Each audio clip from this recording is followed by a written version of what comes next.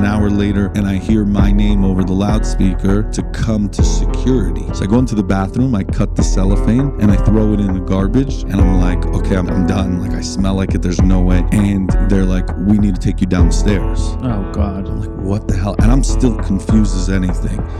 Was there any, scary law stuff with all the pills at that point? So there was a few scary situations. Like, we got pulled over one time after smoking a joint, actually pulling into the Hard Rock. My wife and I were at home, and my wife wasn't feeling so great. So I said to her, I'm going to take my daughter to the park. And I ended up waiting outside my dealer's house for 2 hours with my daughter in the car. And he gets in the car to give me my pills. And then he hears my daughter freaked out a little bit. And he... Here we are with Ft.tzvi Heber. I went to my roommate in college was Zev Heber. Really? Yes. H-A-B-E-R? Yeah. Oh, I spelled H-E. I know. That's why I didn't know how to pronounce it. Yeah. And I met Tzvi randomly at his treatment center called Ascendant in New York City because they were hiring Katz's to cater a party they're doing in Cape Cod. And we got to talking, and I really enjoyed talking to you, and I figured it would be really fun to have you on the show. I really appreciate you having me. Yeah, it's great. What were we just talking about, though? We're talking about higher power. We're talking about higher power. No, we're talking about... Oh, yeah. My question is... The first question is...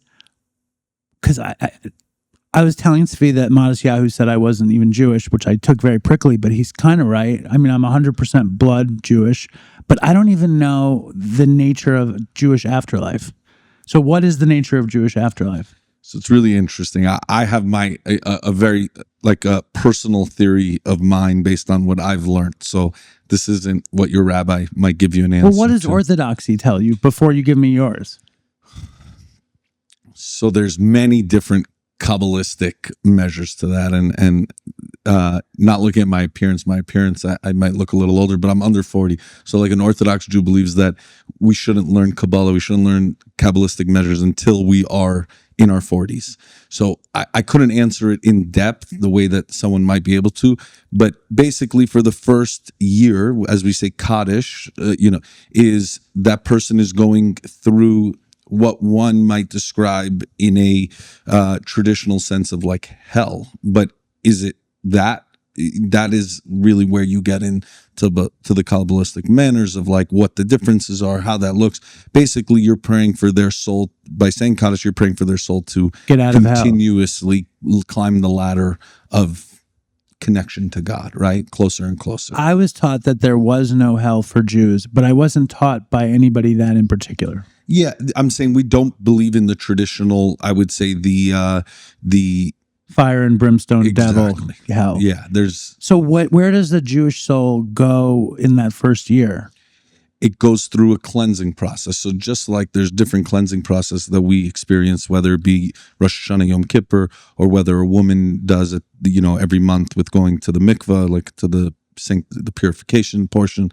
Our soul goes through that portion of cleansing ourselves, and we on this earth have the ability to uplift that soul. When you go to someone's yort site, which is the anniversary, that idea you're saying your neshama should that their neshama should have an aliyah, which means their neshama should be lifted to the next rung, right? Of the way I envision it in my head is in Mario, how you can make it to a different level of sky that gets you there. And throughout that year, there's a lot of, 30 days, there's a shloshim process, you celebrate their lives, you usually learn something, by the end of the year, you said Kaddish every day, you've honored them through different, maybe Bible studies, Torah studies, or donating to charity in their honor. Every high holiday you do Yizkor, which is commemorating their soul. I said I said it this week because there was the holiday of Shavuot. I said I'm the Cal Ripken of it because my dad died when I was 1. So I'm the Iron Man. I haven't missed it. No matter how much heroin I had in my body, no matter how much Oxycontin, I made it for Yizkor to honor my father, even though my relationship is solely spiritual because I didn't really know him. What happens to a Jewish soul if nobody does that? So usually there's a process, like there's something called a heber kadisha, that if they get identified as a Jew and they have no family, they'll still get a Jewish burial, and then a local synagogue will be given their name to say Kaddish in their What honor. if their family are horrible Jews like my family? Yeah. What do we do? It's a really good question. I wish that's where my rabbinical license ends, I guess. All right, I don't know. Listen, I want to apologize to the Dopey Nation for going down this Jewish tangent. This is not going to be an interview about Judaism, but I want to start strong. Fair. And I have a lot of questions. Yeah, I have a lot of learning to do. And I'm here to say I don't know or give you the answer if I do. So you grew up in Miami, Yeah. which makes you a horrible Heat fan. Terrible. A diehard. Yeah, Dolphins, Heat. My Panthers are, though, in the cup. Can't complain. Unfortunately, the only thing I have is the Knicks, and we know how that went. It actually went really nice for me. Actually, when I still remember, I had 148 names on my resentment list. 128 and 129 were the New York Knicks and Allen Houston. Right. So because we finally hit one shot and eliminated the Heat. Toward my heart. And then I got to see Halliburton's against you, and it like re-energized my love. I don't want you to go on my resentment list. So how did your dad die when you were 1? So my dad was 26 when he became a principal at a school in Miami, and at 31 died in a car accident visiting his students. I'm so sorry. In Israel, actually. And yeah, when my mom was pregnant with my little sister, we were one of 6. And I say, like, he was 31, principal of a school for 5 years, had 6 kids. And I actually talked about it last week, I believe, where I could see how his death was the catalyst for so many blessings in my life. And it's like one of the things that I've been able to see in my recovery so clearly. And without that experience, I don't know the man that I would be today. Was it hard? How hard was it? Or I guess you don't know the answer because you grew up the way you grew up. But I say I've done enough trauma work, I've done enough IFS work to figure out like where those things happen. Like, if that's what you're asking. Well, I'm really asking because you said that you had this ridiculously strong resentment. Yeah. Because you lost your dad before you could even conceptualize losing your dad. For sure. So when you open up that box, like, what do you see? What I see is my resentment was towards people. I think most people's resentments towards God are clouded by human resentment. And once I was able to lift that up, I was able to actually see and continuously see that things that don't happen perfect in my life, the way that I believe is perfect, is usually the perfectly imperfect situation for me, at least. And like, when you start becoming an adolescent, does it become more formed, or do you have a chip on your shoulder? You don't have the resentment against God, though. Yeah. So I have a super resentment against God. That's no question. I had zero connection. I always said when I would pray, it felt like I was praying to my dad, and talking to him, even as an adolescent, as I had to, right, in school or in synagogue, etc. You're forced to pray. Yeah. And since God did this to you, this might be a way to communicate with your father. That's how I looked at it, because they said, like, the good ones are closer to God, etc. And I was always told my dad was this unbelievable human. Actually, when I got sober, I searched for stories to make him human for me, like his buddies when he was 18. But to answer that question, to describe who I was, I always said my first drug was lying. I loved it. And to understand the rebellion in me, when I was 10, my coach was like the nicest guy in the world, but I didn't realize he was being nice to me. And he struck me out in baseball. He pitched underhand to everyone else. And for me, he pitched overhand. He's a pretty big young guy. And I got so angry at him for embarrassing me that I was playing. It used to be a boy and a girl in each position in outfield, and me and my friend Dana were at shortstop, and he went and pitched to the next team, and I went behind him and I pantsed him, and he ended up getting a week suspension without pay. I had to actually make an amends to him when I got sober, and I was let back to class because my dad was the principal of the school, and he bullied me. I was able to like find the manipulation to show that life wasn't fair. Wait, who got suspended? The coach for a week without pay for bullying me into pitching overhand, and that he deserved it. That's what life told me. And when you say you pantsed him, what did you do? He wore Jordan shorts, and I went behind him. So you did that, and then he still got suspended. And he still got suspended. But what do you think he was actually trying to accomplish? I think what he was trying to accomplish is to be that figure in my life that showed me that, like, love doesn't look like me coddling you. It looks in the way of me being your older brother, of me being your father. And I didn't know what that felt like. I didn't have that in my life. Do you think he believed in you enough that would be like, if I throw overhand, you're going to fucking figure it out? 100%. I saw it as the years went on. He was my coach through high school, and he, we would go to basketball tournaments, and he would make sure I was all right everywhere I went. I say this, I caused so much damage in my life. This man still wears khaki shorts and a belt to work every day. He's 6'9", because of the damage. He doesn't want to get pants. He doesn't want to. No, he doesn't want to. And so he gets suspended. And is there any fallout for you? Zero. No conversation at home. Principal never brought me back into the room. It was, how dare you bully the principal's kid? So I was brought up with a lot of entitlement. Our former principal's kid who died. Yeah, what I would say is a lot of people made me feel like he was still living within them. Like he was still their mentor. He was still their, rabbi in some ways. Was he a rabbi? Yeah, he was. Wow. Yeah. So then that gave you a lot of weird entitlement stuff, I bet. Ton and of and there's weird, probably chosen, that's the son of the rabbi. We love the rabbi's gone, this poor son. Yeah. And he has the rabbi in him. So it's like, it's consolence, but it's also a little pity. It's also love and reverence. It's all these things, and it's a lot for a kid to get. Oh, yeah. When I was 26, I got sober, and I couldn't read. I had a first grade reading level, and I went to private school. In Hebrew or in English? In Hebrew and English. Really? A first grade reading level. So, and I had to go back to school. So for me, I was able to graduate high school with a first grade reading level. That's to just explain the level of entitlement that was ingrained in me. That is crazy. So when's the first time you use? First time you said you used lying. Yeah. What was another thing that you used like that? I would say entitlement and anger. Those two things went really hand in hand, like as my cocktail. But I remember, as someone who grew up Orthodox, Saturdays was a day for the boys, as they, and at the age of 12, my mom was dating all across the country. So she would leave my sister and I home alone. And at 12 and 11, my other siblings were basically all gone by then. And I remember playing BS. Remember the card game BS? Yeah, sure. You can curse though. Yeah. Okay. Card game bullshit. Yes.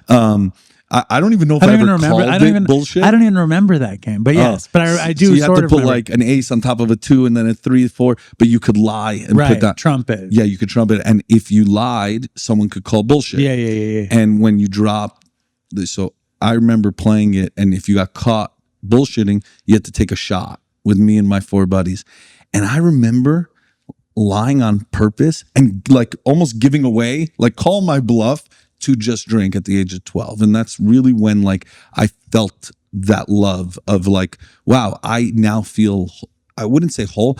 I now don't feel the pain I feel on a daily basis without cognitively feeling it and knowing that. But that's where that for sure started. It can't have been your first drink though. Was like wine at holidays the first drinking? It's funny that you say it like that, because there's so many things that I don't look at as like, that's not an issue. Like I'll go, to synagogue tomorrow, and the rabbi will make kiddush and pour everyone a little bit, and the kid might have a little bit. I never looked at that as drinking, and I still probably subconsciously don't even look at that. But yeah, I would say, I was also like a chubby little guy. I probably liked my grape juice just because it was more sugary, sweet and sure. filling.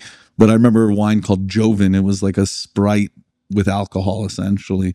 Now they even have like ices of that wine flavor. Like that's how alcoholic ices. Yeah, alcoholic that's amazing. ices. Yeah, it sucks being sober at this point. There's so much good shit out there. But being in my community, I guess I get to find more opportunities to keep up with the trends. Like tequila is the biggest drink now in most of these circles, where I was Scotch when I was still drinking. I think it's because tequila has somehow like less sugar or something. I don't know. I think it's all like people trying to be skinny. Everybody and drinking. Exactly. So you remember games of bullshit, lying to drink more, but do you remember, and I guess at first, was it just like kids hanging out, and then you realized, wait a sec, this is making me feel good?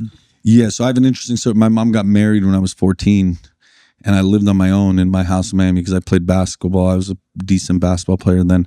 And so at 14, I was on my own a lot. So I saw that more than anything. The first time Where'd your mom move to? Hollywood, Florida, which is about 20 minutes away. So you just kept the house. She kept the house, and initially it was like my grandparents were coming to see me, and then they moved in for a few months, and then like I basically like proved that I could be on my own, and then some incidents happened where that was disproven, and my grandparents kind of moved in, but my grandparents weren't my parents. Like they weren't able to control what I was going to do. But the first time I smoked weed was 13. And I just remember being 14, 15, 16, 17, 18 in this house alone, whether it was a cup of Jack at night or a blunt in the backyard or a bong rip, etc. Well, you're treated like an adult. You have this 100%. ridiculous freedom. Yeah. The great rabbi's son who died tragically when he was 1, he can handle it. And that must have been a lot of pressure.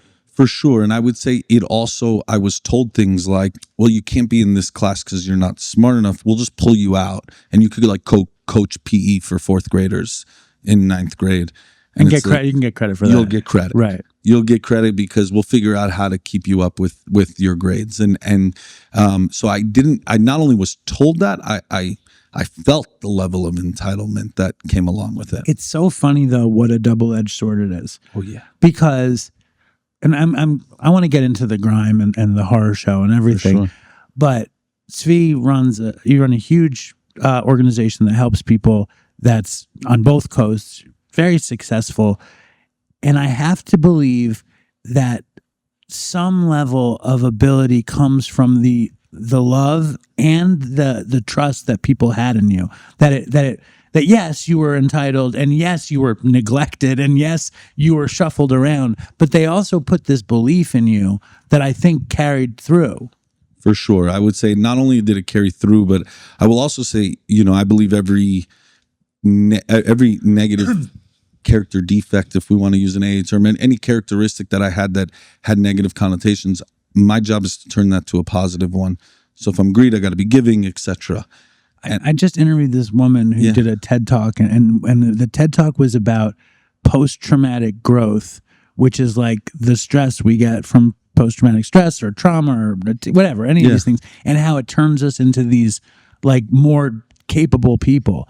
And it sounds like that's what we're doing. 100%. And for me, like, it's funny because when I'm asked about how did I get to the place that I am in my career, I always point to, I had a 1st grade reading level when sitting and being told I had to read the first 164 pages of the big book. And to me, that was like, whoa. But to everyone else, it's like a lot of people think I lie about it. Like even people that work for us still don't believe me. And I'm like, no, let's sit down. Let's like read together. I still have a 8th grade level. I'm not in, my vocabulary isn't where it should be. I still can't spell the way you would like to. I write 1 email a week, probably. Most of my stuff is talk to text. But I mean, again, it's what we're talking about. It's like the adversity created the possibility. 100%. So you're drinking kind of casually. Then when did you discover weed? So I went to summer camp in Wisconsin. And Jewish summer camp in Wisconsin? Yeah. A lot of Jews in Wisconsin? So there's not, but it was like the Chicago community. Right. It was, it was by like, I just remember the water park there. It was called the Wisconsin Dells. It was amazing. But there was a buddy of mine who was friends with a bunch of the people there, and he came up for visiting day and brought like a couple sacks of weed. And I remember him giving them to me because I was his buddy, and I guess he wanted me to fit in better, etc. And I never blazed. I never smoked before. So that night we all smoked together, and then every single day in camp, I then proceeded to enjoy myself in the evening, whether someone came outside with me or not. Do you think like you discovered this new part of yourself in that situation? So it's so interesting. I the only time I actually could correlate that is when I found Oxycontin. Everything else, it felt like I was just a regular teenager. Growing up in Miami, all my buddies smoked before that. So it didn't feel like I was discovering something new. It felt like I was just fitting in, if that makes sense. But it sounds like it really suited you, though. It did, but the way that I describe it is it suited me to again for socially, not necessarily on the most emotional scale. And I guess I compare it to the feeling that Oxycontin initially gave me, but it probably did. I don't give it the credence that the aha moment that the opiate did. that the opiate gave me the second that I railed it. But so I'm picturing you this stoner, kind of drinking, tough guy, basketball player in Florida, crew of friends, probably, I imagine, very popular, right? Like running things in a kind of way.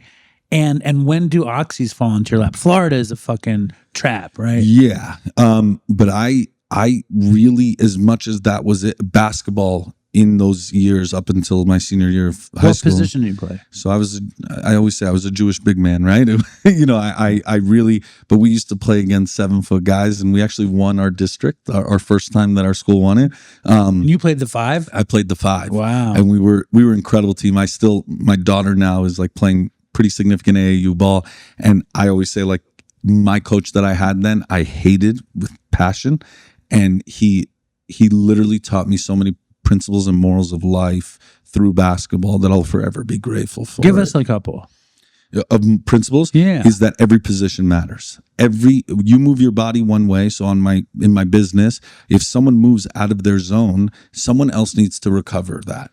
And what I found is, like, my wife could have 101 fever. My job is not to be the mom and the dad. It's to cover where she can't show up in that moment. And chances are, when I fall out of my zone because I have to travel for work or whatever, she's going to step into my zone. And communicating that, right? Basketball is all about communication. So I've learned that, like, is understanding that you're supporting one another through communication. And that's, like, I try to instill that in everyone I work with, in my personal home.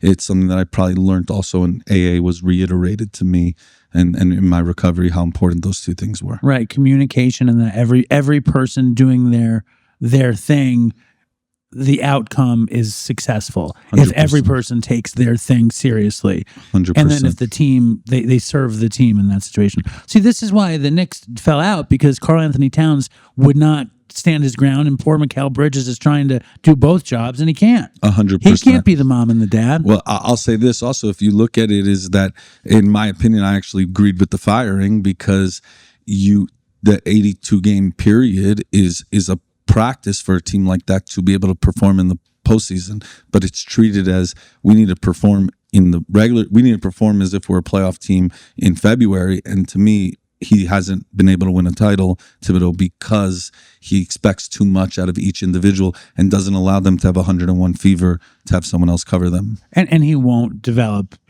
people that he doesn't believe in, and he doesn't bestow belief on these people. He's a 7-man rotation everywhere he goes, and there's 15 people on a team. And I think that goes also to, like, my concept of what my coach taught me, is every person matters. And I think when the Heat won the title, they said like they were the big 15 or whatever, and it was because the people they were playing against daily in practice is what got those 8 people that were playing in the game to play the way that they needed to. So how did basketball unlock your imagination in general? So I will say that it allowed me to get a lot of my anger out. I talk about that a lot. It's like basketball gave me a freedom to be able to be a different person on the court. And I actually was in an extremely negative way at times. And when I was in a good headspace, it was able for me to expressively express gratitude on the court. And so, even when I first got sober, I used to play in this D-League and comedian basketball game at a park, Poinsettia Park, every day. They played 3 days a week, Monday, Wednesday, Friday from 12 to 3. And I didn't get a job because I felt like that was a community I needed. That was your job. Yeah. And I was like this, I was probably one of the only white guys on the court, and my name is Tzvi, and they all called me, Shmi from Captain Hook. And I had to earn my minutes, and I ended up being the guy that was picked up every time in the first game. Well, you knew how to play. Yeah. How did comedians do? They were all right. There's one, Tehran, who always got to play also. I'll give him a shout out. He's a good buddy. Who was the worst comedian in the thing? There was this guy, David. I'm trying to remember his last name, but he was horrendous. He was bad. But, they just didn't pick him up, and he would just make jokes about everyone on the sideline, and that was his job. Well, I think these formative like experiences. Like for me, I think it was just having a group of friends and playing music. Like these formative things create a blueprint on us. And it makes me wonder, like, first of all, like, because you help people, like that's your primary purpose. What do you do when you stumble on somebody that didn't have that blueprinted on them? So it's so just so then I can understand the question. What you're saying is someone doesn't know how to be a part of a community, because whether it be basketball courts or right, or whatever, exactly, not to be part of a community, totally like alone and not showing any sort of aptitude or feeling accepted as a part of something, and they come to you and they're like, yeah, I would love to do this, but I have no idea how. Yeah. So what I have found is a lot of those, and I will say this is like, I'm a big believer in like outside help, as they call it, right? So, there's some therapeutic measures that really loners need to be able to understand that their uncomfortability is just that. It's not who they are. But for me, it's we open our house to a lot of people on an annual basis, and it's about introducing people to people, right? It's about walking that person in that doesn't feel comfortable, is bringing them to a smaller maybe dinner first to let them meet 4 or 5 friends, to then the next one being at 100-person thing with 5 people now that they know, and they're no longer a loner, and that might be their initial crew into a much larger community. I feel like when I sponsor people, I always encourage them to make these calls every day, like make 3 calls, make 3 calls. But it's like, for me, I grew up on the phone with my friends every day. Yeah. It's not weird for me to be on the phone, and not everybody had that experience. And I guess they can learn, right? If they actually make the call, maybe the other person on the other end of the call knows how to talk to them. And that's what you hope for? Yeah, what you're describing, it was actually brought up to me when I first got sober. I was like, I really have to call 3 people. And he's like, well, first of all, I don't ask for much. This is one of the things I ask for. And then second is that you don't know how to talk. And my sponsor was, you don't know how to have a relationship. So you're going to call someone, and mind you, I also need you to go and meet a new person at every meeting you go to. See, that's a good one. And he made a joke at that time. He's like, it can't be a chick. Like, you got to go up to a dude that like you wouldn't talk to otherwise. And I remember going up to this 380-pound Italian man.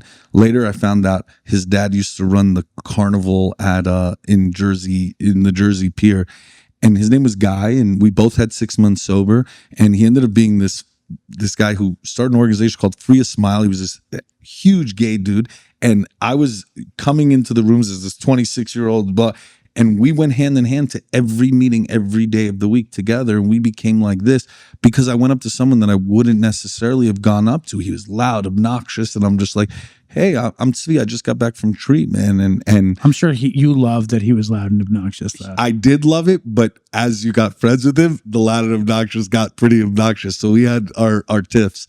But he was one of my friends that, he was able to stay sober. Thank God. We ended up dying in recovery 5 years in due to pancreatitis. Oh, my God. How old was he? Yeah.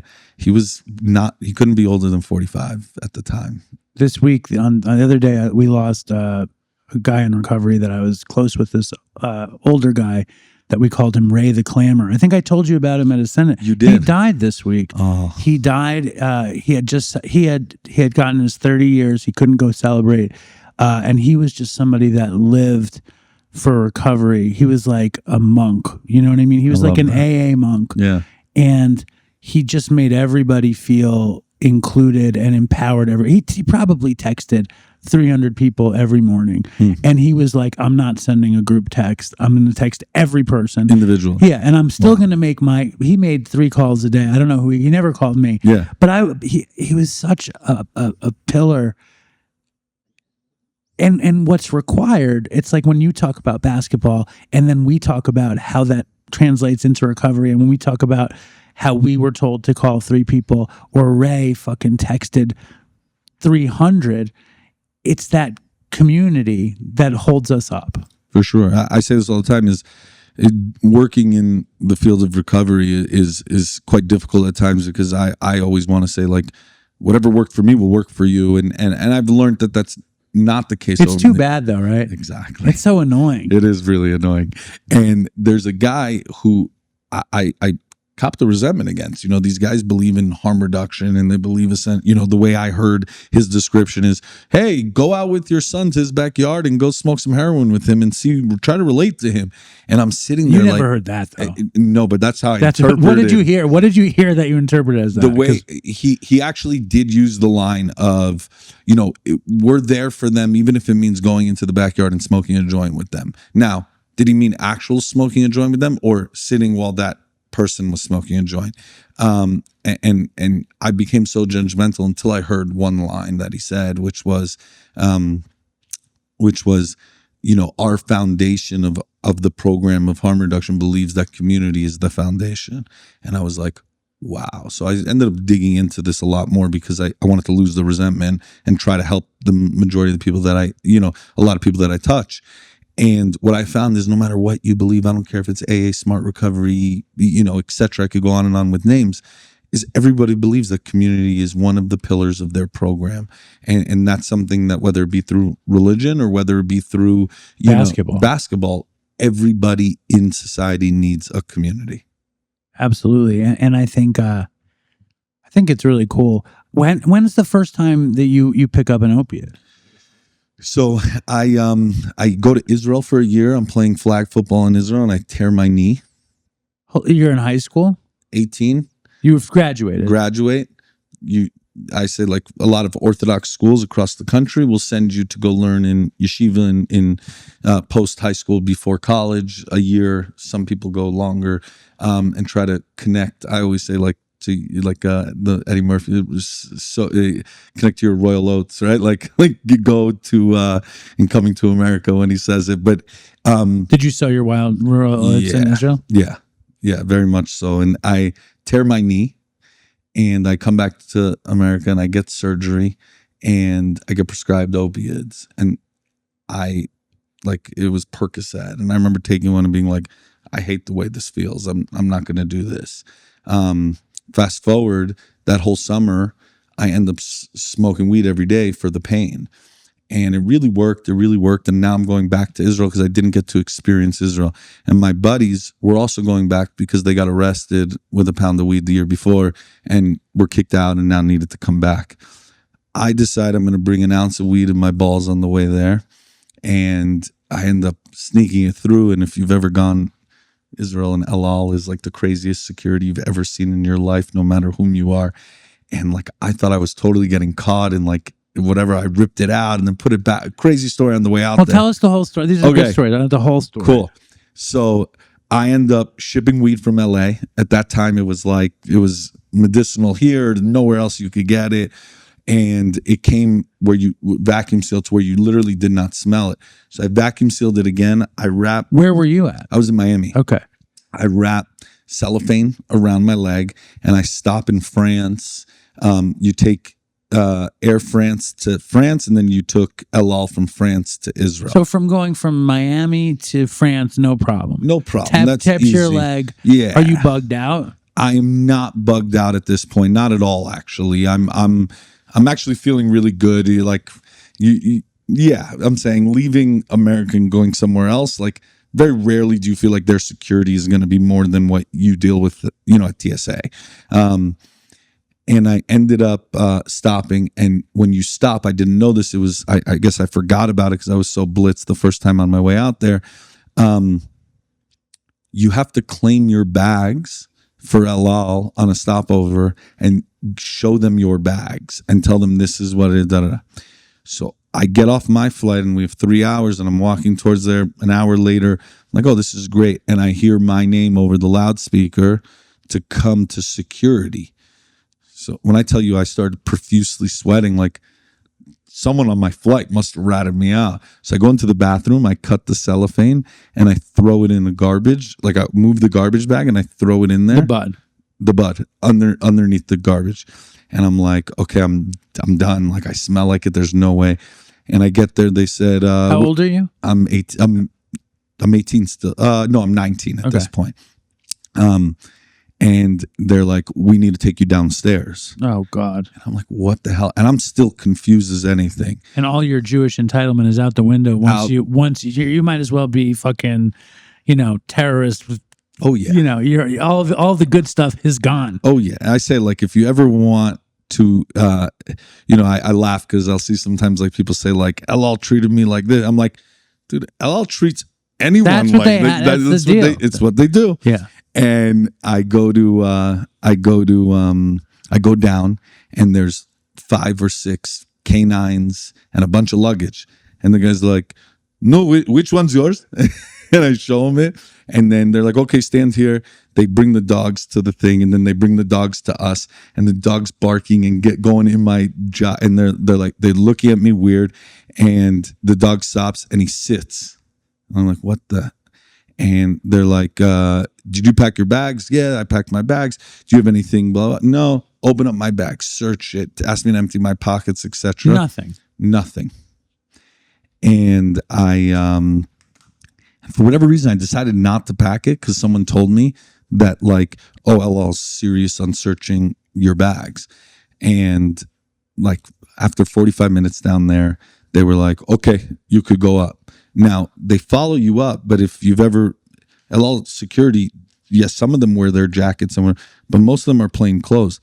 I'm like, all right, that's it. I'm leaving that butt there. There's no way I'm taking it. They're boarding the plane, and I'm like one of the last, whatever, group 14 or whatever it is.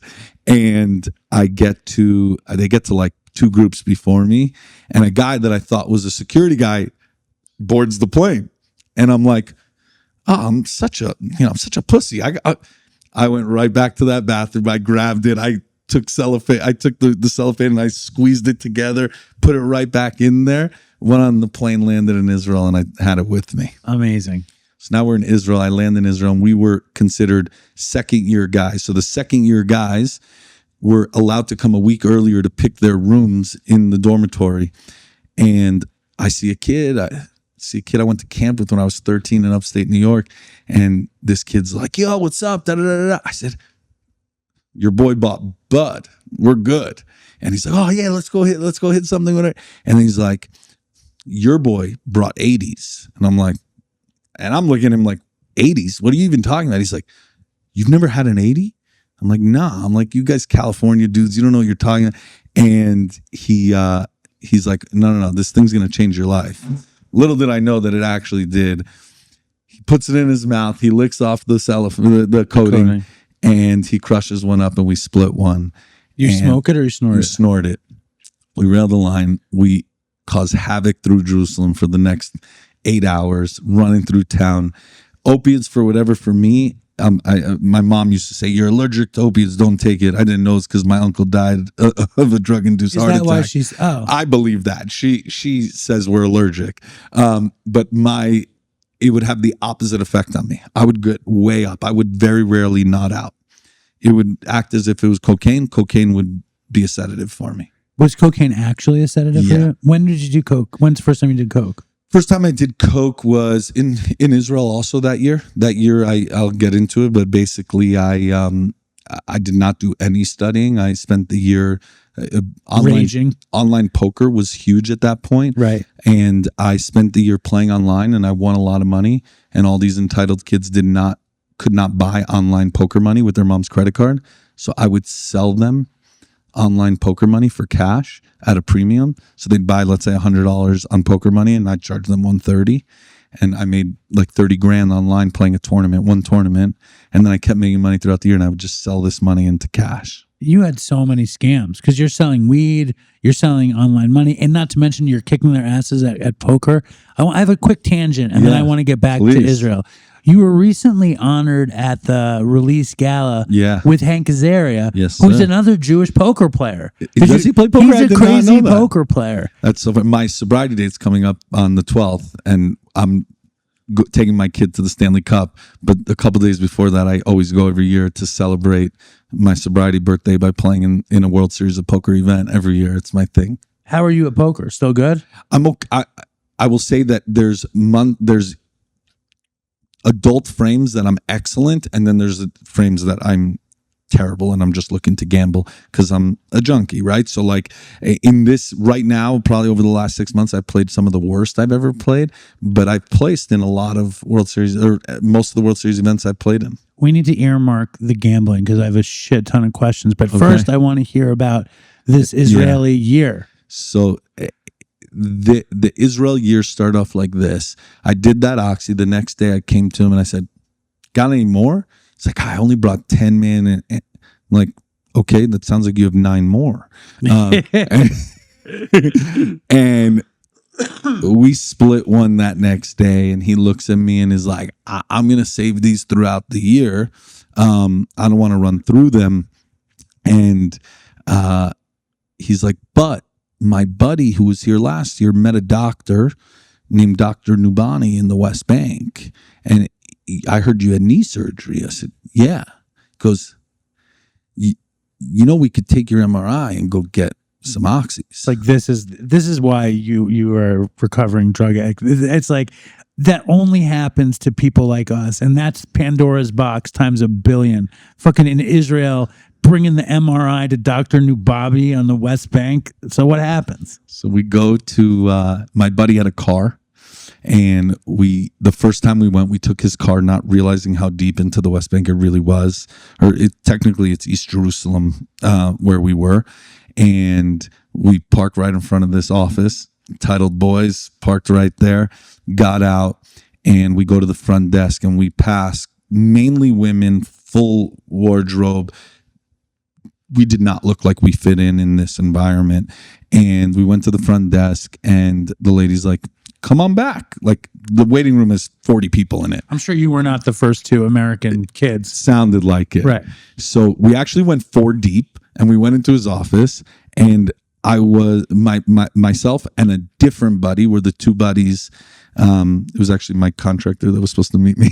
Here's the other guy. He's been sober for a while as well. We both were the only 2 that could get prescribed because I had an MRI for that and he had an MRI for something else. And we got prescribed 600 milligrams of Oxys. And it was like, hold on, I just did 40. And we're able to get it every week. Amazing. And it was like, at that point, we had to give him 300 shekel, which was around $70.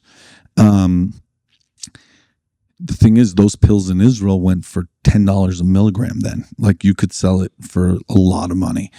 So the first few prescriptions I got, I probably sold 200 milligrams of the 6. And I would sell, and I made like decent money on it. It was like amazing. And then, but I used the other 400 during that week. So I went from, 40 milligrams to now probably 60 a day. And still selling a bunch. And still selling a little bit for the first probably 3-4 weeks, made some money.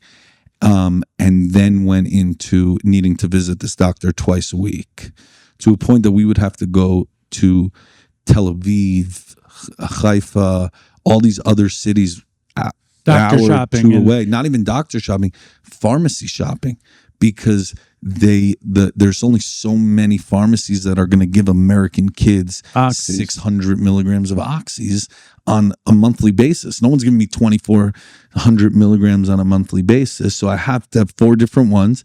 And then why do you need it again next month? Your surgery was in America, so we would have to continuously find. What year was it? This was 2006. Right. So this is before the opiate epidemic, before everyone is like, every American kid wants every crumb of Oxycontin in every pharmacy in every 100%. City. So you're like a pioneer. A complete pioneer. And I would say, my boy Shimmy would tell you, he's the pioneer. He always jokes. He's like, you're welcome for making you a drug addict. Look what you've become because of me, He's not wrong. He's not wrong at all. So tell me what happens in Israel. So what happens in Israel, I spend the next 6 months getting high daily and end up leaving. I end up leaving around April because basically I was in a school where they were very tolerant, but to a point. And my rabbi that ended up marrying my wife and I very gently said, like, you need help and you could come to my house for 3 days and get that help and sleep on the floor in my house as you get off of this stuff. And I think he knew deep inside I needed to and wanted to. I just didn't even know what that meant. I spent the next 3 days detoxing on this man's floor with his 6 kids or 5 kids in this 2-bedroom apartment. Did you want to do it? I knew I needed to. How did he know the situation? He himself had probably his own story with other stuff. And then at that point, opiate, when he had his stuff, probably opiates wasn't a thing. But this was like a school for rebellious kids that they're trying to work you back into the system, and like very tolerant. And a lot of the rabbis are former rebellious. And you copped to it right away? I did, because it didn't matter. He was like, there was no like, I also had no one over me. Like, I wasn't financially reliant on anyone. I worked since I've been 14. My mom and stepdad, I didn't have a great relationship with. You were on your own. Yeah, I was on my own. And it's if you're going to cop to it, it's on you. Yeah.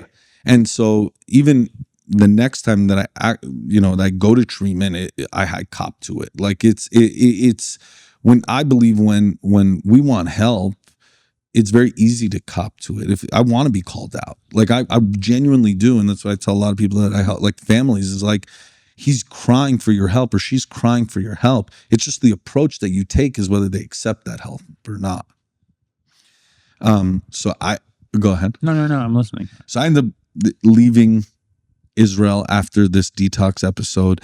How is the detox? So the detox is super painful. At the same token, I was like this stellar athlete at that point. I was like tall, thin, in good shape, etc. So like maybe I had some diarrhea, some sweats. But you got through it fairly quickly. But it wasn't hard. Like it really wasn't hard. So for me at that point, it was like, all right, I made a fucking mistake. Like what am I going to do? And I go back to Miami, and my brother, the smartest guy I've ever met, magna cum laude from NYU and dual, master's degrees, says, hey, like I'm running these parking lots in downtown Miami. Would you want to run them? Like I'm the CFO of the company. So I go to Miami. I go back to Miami, and I end up running these parking lots, and I catch the brother of the owner. I was running 3 of the 30 parking lots. I catch the brother of the owner stealing from him. So he ends up firing his brother, and now I run all 30. As I run all 30. Was it hard to go to the owner around it? So for whatever reason, it wasn't. And I look back at that, like at that point in my life, and I think just like today, when I have conviction, I just believe in it, right? So I think because I had like so much testosterone running through my system, and probably, alcohol and weed at that point that was just running, it didn't really feel so like such a large task. But the reason why I bring that up is because now I take over this office, and there's 3 assistants, like I would say like women in the office that are doing some bookkeeping, etc. And now they work for me, and somehow I get somewhat close to them. And one of the girls is she looks like she's physically ill, and she's got like bones sticking out of her neck, etc. So she ends up having cystic fibrosis. Wow. And she was prescribed on a monthly basis 1,030 milligram Oxys. How did you find out? So it's funny, as I was going to be on this, I was like, all right, what is the story behind that? How did I find out? And I think she called me out on me. Oh, I know how I found out now that I say it. We were talking about partying one day, and I said like, yeah, I'll try, and like, I don't mind Coke, Molly, anything, but like, Oxys are dangerous for me. I'll get addicted to them real quick. And she's like, oh, that's funny, because I don't even use them. They're good. And I'm like, yeah, but I'm like, you don't use yours? She's like, yeah, I get 1,000 a month. I end up not renewing it. And I was like, wait a second. So I end up buying them off of her at $1 a piece monthly. Wow. 30 milligram Oxys. 30 milligrams Oxys. And what does that go for in the street? At that point, it was probably going for anywhere, if you were in South Florida, $3 a pill. In New York, though, it was going for 15. Right. 50 cents a milligram or whatever. 50 cents a milligram at that point. Yeah. This was at the end of 2006 or maybe early 7. And my buddies were all in YU in New York. And I used to open up boxes of fruit roll-ups, and I used to slice open the package like just a tiny hair, and I would throw 10 Oxys in each, 10, 30 milligrams in each fruit roll-up. And then if you know the fruit roll-up boxes, they're glued together. So I'd just glue it back together. Right. And I would throw Chips Ahoy, Oreos, Sour Sticks, whatever, in a box. and I'd send the letter, hey honey, I thought I'd pack your favorite snacks. I know that you're on a tight budget in school. And I would send them out, and I'd send 4 or 5 of these a week to friends, and we'd split profits.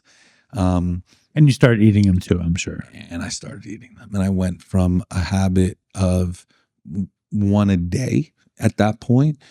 Within 6 months, I was taking 50 Oxys a day. Wow. 50, 30, I was taking 1,500 milligrams a And day. in the first place, do you even lie to yourself and just say, I'm going to make money, this is an amazing opportunity? Or were you using as soon as it happened? So I talked about this a little earlier, and I didn't get into it when I met Dr. Nubani, or when that night, and then going into Dr. Nubani is like,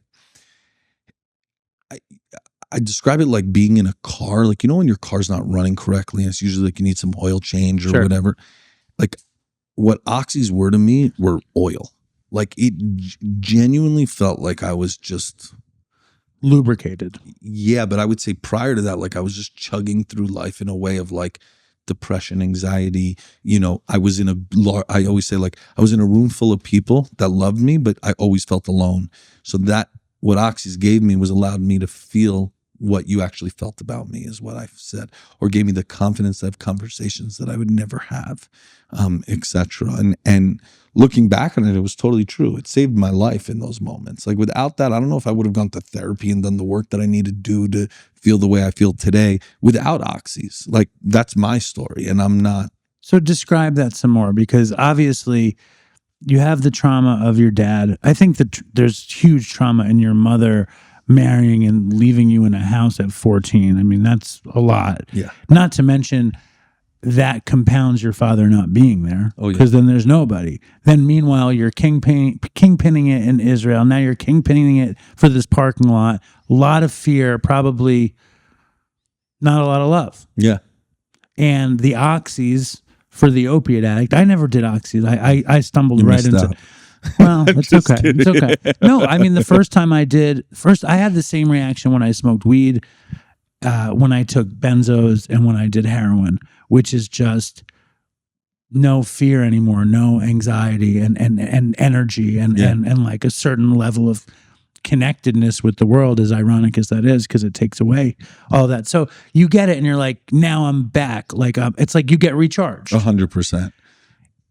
I feel like I'm really interested to talking to you about money and gambling. Yeah. Because, like, I'm Please. sure they're great vices, but here you start this crazy Oxy ring. Yeah. So the money is like popping because you're successful. You're running this, you're like this fucking parking lot kingpin and an Oxy kingpin, and now you're addicted. Yeah.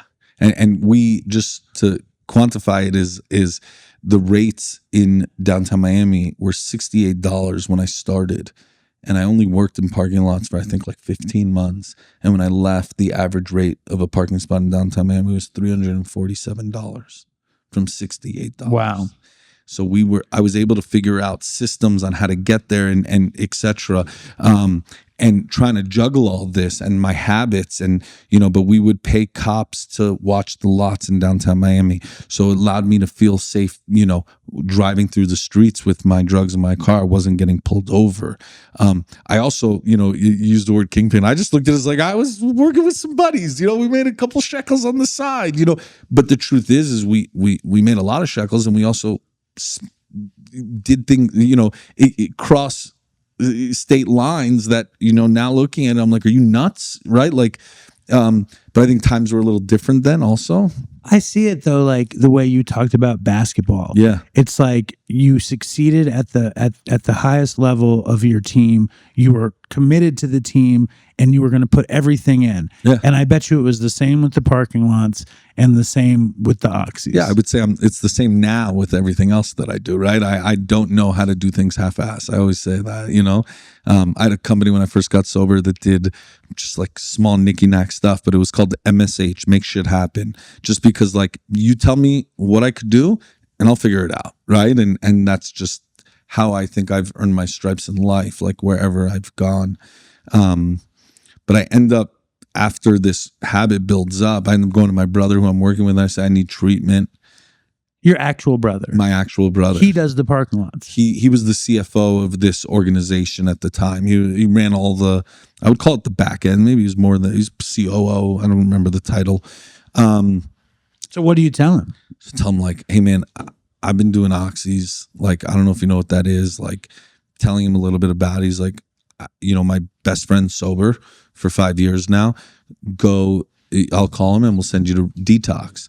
And I'm in Detox, not knowing, I grew up the way I grew up. I just get back from Israel a year and a half ago. Like, I have no connection to God at this point, like totally severed, but I still have a lot of guilt around God, like a lot of shame-based behaviors in like, I always say, like, I used to have my valet guy on Shabbat when I first got back from Israel light my bong in the building I lived in and rip it. I would rip it because I didn't want to light on the Sabbath. Like, that's how sick demented my trauma and my guilt and shame was associated with it. Right, because you observed the Sabbath, but you did every loophole possible, which is almost worse in a way. 100%. And so I go to this detox and I'm in there. Hold up, though. Before you go to the detox, you have the 50 pill habit. You have the cystic fibrosis lady who's giving you 1,000 pills. Is that enough? Or do you need to find other sources? So I am finding a ton of other sources. So I remember this one kid I just read, because he used to have the same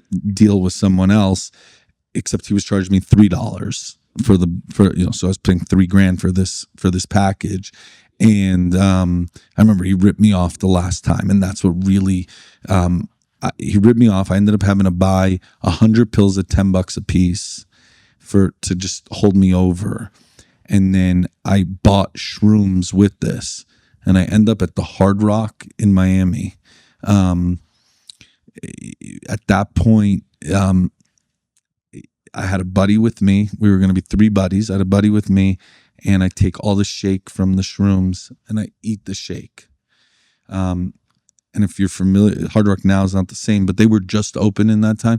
And if you bet $500, 500 was the max you could bet in the state of Florida. Now I think it's way more. I think it's unlimited, but 500 was the max. And they'd give you, so I lived literally in the Hard Rock the last 6 months of my addiction of that run. So I take the shake and I eat it. My friend takes the other side of the shake. He eats it. We're laying in bed and we're watching tennis. And I'm watching, and we're waiting for other buddy to come to eat it with us, and we could go. And I'm watching this tennis ball slow down. And then, do you remember the movie Norbit? Yes. And then Norbit comes. Eddie Murphy movie? Yeah. And we end up watching Norbit, waiting for my friend. And I continue to fall into where I'm in a hospital bed, and then I'm watching Norbit. My trip would be a hospital bed, and then I'm watching Norbit. And I had this thing that like I overdosed in the hospital bed, and that's why I was there. So when I woke up one time, I took the pills and I flushed them. The issue is the next time that I woke up, my mouth is so cotton mouth from the shrooms that I think I ate all 100. And I don't know if I'm alive or not. And I end up running through the hotel, grabbing security guys' faces, saying, am I alive? Am I real? And end up like running back into the elevator, figuring out that I'm real because I slam my head against the elevator wall and like fall to the floor, not knowing what's going on. And my friend meets me on the floor that I guess I was on, that I hit. And he brings me, the guy who was not there yet, and brings me back to the room. And then the next day was when I went to my brother, was realizing like, shit, I'm going to die doing this. And that wasn't the intention. In that period, had you ever run out?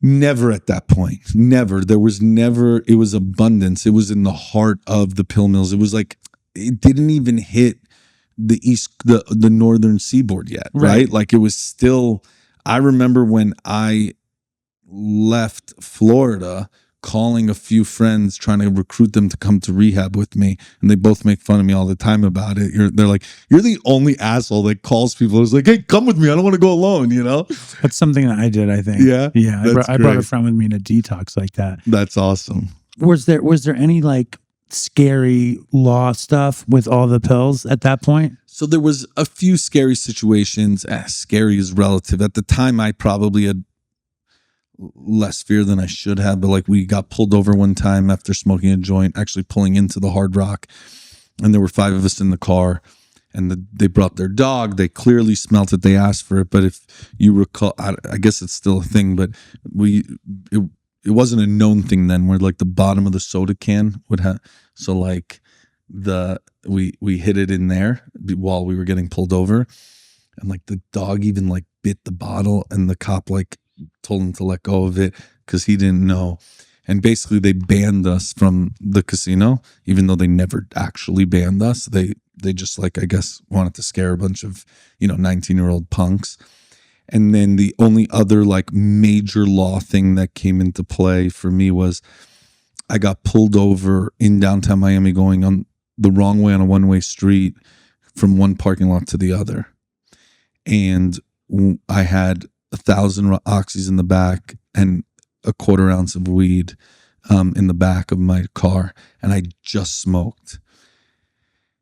And I'm scared because of the smell. I'm not scared because of anything else. And the cop is talking to me through the megaphone, and as he's talking to me, I hear in the background, I guess he called in my license plate a minute before, and I hear another cop say, send him to whatever it was, 111 2nd Avenue. And I hear then she let go of the microphone, I guess answered him, and then came back on the microphone. Officer Diaz wants to see you at the parking lot over there. And I went over there, and he's like, I'm so sorry, sir. She's new to this area. She didn't know that you were da-da-da. And it wasn't, I wouldn't even say there wasn't even any ill intent. Like for me, going the wrong way on that street meant I didn't have to sit in traffic going all the way around. The cops knew that. It was like, you have just businesses, like there's known, especially because we were having them guard this. It was like, you had the relationship. I would say we had the relationship, but I don't even think they meant, like if they would have known that I had those pills, they would have arrested me. That cop for sure, he was a very strict guy, but he had no idea. And then the other thing was we would hire all the kids from Overtown. That was very dangerous area. So all those guys from Overtown also had our back. So like, and they were friendly with cops there. So like, there wasn't much that I needed to worry about. Also, where I was getting my pills were from two sources that were very safe at that time. Also, buying and selling pills it felt like buying and selling bud was way scarier than pills because you were getting them in an office, right? Everyone was saying it's a pharmaceutical. What are you getting in trouble for? No one at that point heard people going to jail, doctors getting arrested, etc. It was like, no, you're just getting prescribed it. Or the deaths. Like the deaths were not on the table at that point. Well, I always say this is like everything that we want to cancel comes with punishment. And like, I think if we would have done a better job educating on opiate use, it's better than what we're dealing with today, right? Where you don't know where you're getting it and what you're getting. And like, I knew what was too much. Right? Whether right or wrong, I knew what was too much. Today, a 22-year-old kid does not know what is too much. Well, it's crazy because they make these decisions in the name of safety, and they shut off the spigot of Oxycontin, which if you did it, you knew how much you could do. And they turned on the spigot of fentanyl, which is basically like Chinese pharmaceutical companies and opportunistic American chemists trying to make this shit happen, and nobody knows what's what. 100%. And I would say that today, I've buried more than a few friends in the last 6 months, and I see how much worse it seems to be getting. But like, obviously there were deaths during Oxycontin time, right? But of course. That was also because we weren't educating, and we also weren't regulating who was obtaining Oxys, and right? how much they were getting. Exactly. And if I look back at it as like, I was grateful to be using drugs then because I could guarantee that, because even the way that I used heroin, it was before fentanyl. So like for me, I don't know if you remember this, but like when I was using Oxys, we were all given like also fentanyl patches. I never got a fentanyl patch. And you smoked them or put them on, etc. And like for me, they weren't as good. Like they just weren't my thing. My grandfather was dying of cancer, and I remember him getting them, and he didn't like them, so I took them. And like his morphine, I never liked those things. Oxys, I was able to regulate in such. I still have a hole up in my nose from it. I was able to regulate it in such a profound way through snorting for so many years that like didn't really matter. We know what we like, and we like what we know. And once you know it, it's like that's my thing. That is. And so your brother gets you into Detox. Yeah. And I'm there. There's probably 40-year-old woman whom I'm in a group with, and I don't know what detox is yet. All I know is my rabbi's house. I did it. Seems to be pretty easy, but now I'm on a lot more. I'm a lot longer. What's this going to look like? And obviously I end up with some symptoms, but when I'm in this group with this lady, she ends up having a seizure, benzo-induced seizure. And I'm going to try to show this without losing the mic.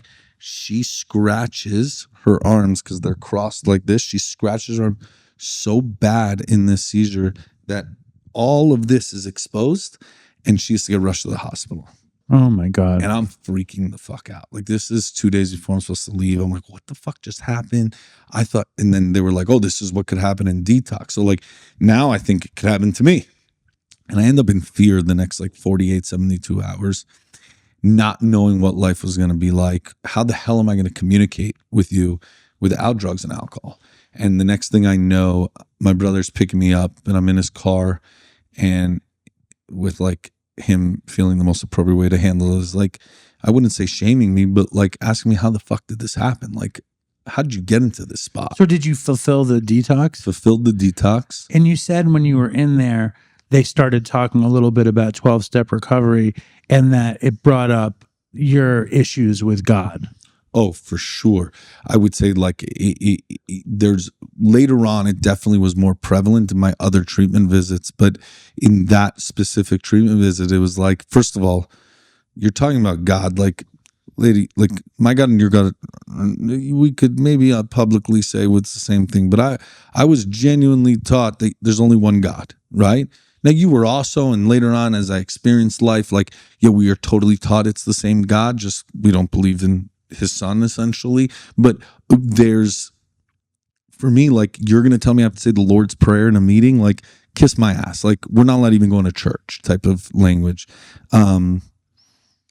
But in that moment, I was good. I no longer needed the pills. I experienced not being on them for almost a year in between the rabbi and this. Like, I wasn't an addict. You guys were all, you guys are the junkies. I just got prescribed these. I just had a weird opportunity. Exactly. I had a business opportunity that I had to take. 100%. And all the stuff about how it changed your relationship with people, how it made you feel, how you were totally 100% in, all that is aside. You're like, I'm not like you guys. I always say this, I never had an alcohol problem. And when I look back at my story, there's not one day that I didn't finish a half a bottle of Jack. Like, right. Oxys is what brought me to my knees, I always said, but alcohol I don't use because of whatever. It's like, do you know how much I drank? Like, I look back and I'm like, oh my God. But I leave this detox and I'm driving out, and as I'm pulling out, my brother starts asking me questions and the sun hits me in the eye and I'm like, dude, I can't fucking do this. He's like, what do you mean? I said, like, I don't know how to live life. Like, I don't know what's next, but I don't know how to live life. How much older is your brother than you? 9 years older than me. Okay. And his best friend told us about this detox, and his best friend's sober for 5 years, gets him on the phone and says, hey, I went to this place in Cali. It's a Jewish place, but not Orthodox. It's Orthodox principles, but 90% of the guys there are not Orthodox. I loved it, and you're going there. And I'm like, okay. I'm like, when am I going? He's like, right now. I'm on my way to your brother's house. I'm going to pack your shit, and you're going. So I end up on a plane ride to Cali, all fucking like strung out, like not, again, like strung out emotionally, mentally, physically. But you were honest with your brother. It's a huge moment. I was, but I didn't understand what honesty meant. I was still so young. I look back and I was 21 years old, like just 22. Like, I don't know what was right. And I end up at this place in Cali, and it's called Chabad Treatment Center. And if you live anywhere in this country, you have some sort of Chabad, Chabad, on a wall of some building. And most of the time it's a synagogue. It's a place of worship. And you go there and there's Lawrence from Torrance tattooed with a swastika on the back of his head. You got Filthy Phil. You got all of these guys, literally prison rats, who were let out at that point of Prop 36 into rehab to rehabilitate. And I'm in there with them being like, Julio from wherever, I won't say his name just because he has this gangbanging style, is my roommate, and we're sitting there, and he has a coffee creamer that opens on the bottom with a 9mm underneath and a phone hidden, and I got to shut the fuck up or else I might not make it out of this room the next day. It was scary as a 22-year-old Orthodox kid who grew up that way. Well, the irony is you were in a perfectly safe detox where you're like, I don't belong here. You say to your brother, I don't know what I'm going to do. And then they put you in this place where you probably feel like, holy shit, I don't belong here. Oh, yeah. And then I end up, it's a 6-month program. Wow. And I end up. Is it like a TC kind of thing? Total. And like if you that's a therapeutic community, just in case anybody's not keeping track. If you had a pubic hair on the toilet, you had to scrub down the walls of the building with a toothbrush. And when 6 months, and this therapeutic community was very 12-step orientated. And at this point, you had to make I start reading and it's like, I could figure out this God thing. Maybe like, I don't trust God, but like it's saying higher power. So like, whatever. So you went with that. At that point, no, because I read the next one that said like, step 9, I got to make an amends for what I've done wrong. And, I've done too much shit that I'm not going to apologize for. Not knowing that was like maybe after I had some work done to be able to like build that up. So every pass I'd go on, for the first month, you weren't allowed to go on pass or use the phone. 1 month in, I got my first pass, and my buddy and I went to a place called the Islands to go eat, and we ended up getting like a pitcher of beer. I drank the whole pitcher. In the TC, went back to the TC, passed all tests. Next weekend we went out and I drank again. And for the next about 6 to 8 weeks, I drank every weekend. Again, alcohol was my problem, right? End up leaving after 78 days. I just remember that number because it was like stuck out. I did 78 days. Are you fucking kidding me? You're giving me shit? And I left and I went to go work for my sister and brother-in-law who live out here. Did you abandon the whole parking lot thing? So yeah, at that point, I just and what wasn't happened to the welcome Oxy back. business? You just walked away from it? Walked away from it. Okay. Like there was nothing. Well, she ended up on a respirator for a while. So they kind of ran out. She ran out. And that's really what forced me, because that guy screwed me on the last purchase that I had to spend so much that like I knew it was going to run out. I can't, it's not cost effective and I can't 100%. Keep up with it and this is not working. It would have been $500 a day at that point of a habit. Right. Where it was like, yeah, I'm making decent money as a young kid, but $500 a day is not going to work out. No, it's hard to maintain. Yeah. It's hard to maintain those kinds of habits. Yeah. And I go from, to fast forward, I end up working out here, etc. January 5th, 2011, 12, I mean, it's my birthday, and I end up, my buddy says, yo, I got an Oxy for us for your birthday. Let's split one. It's like, I've been drinking, I've been smoking. How long had it been?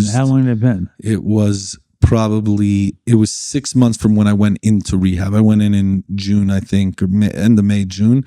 And then it was 6 months from when I went in, but it was probably 90 days from when I left, right? A little over. And I was like, I haven't used it all. Half a pill. It's my birthday. Like, there's no way I'm not going to. I used the half a pill, and this guy became my drug dealer for the next 4.5 years. The next almost 3 years, 3.5 years. And you stayed out here? And I stayed out here, and I met my wife that night. And I, for whatever reason, was able to keep a habit of anywhere between a quarter to a full pill for almost 1.5 years. That's it. It was just going to give me that how little big was the bit. pill? It was like, what was the dosage? 30 milligrams. Okay. Yeah. It was literally a psychological thing that, again, gave me that courage that just made me feel whole. I never got high off of it. Does that make sense? Suboxone or methadone. That's exactly how it was. It a maintenance dose. Total maintenance dose. And what was so cool about that maintenance dose is I convinced myself, see, I can do this. but God also was telling me I need it. Like he's taught me how to use this. Like at this point, I'm like, I don't believe in the God that everyone else has taught me, but there's clearly something out there that's bigger than me because I hate your guts and I got to hate something and blame somebody for the way that I feel. So how so you had some sort of version of higher power in that period? So I had definitely a higher power in that period.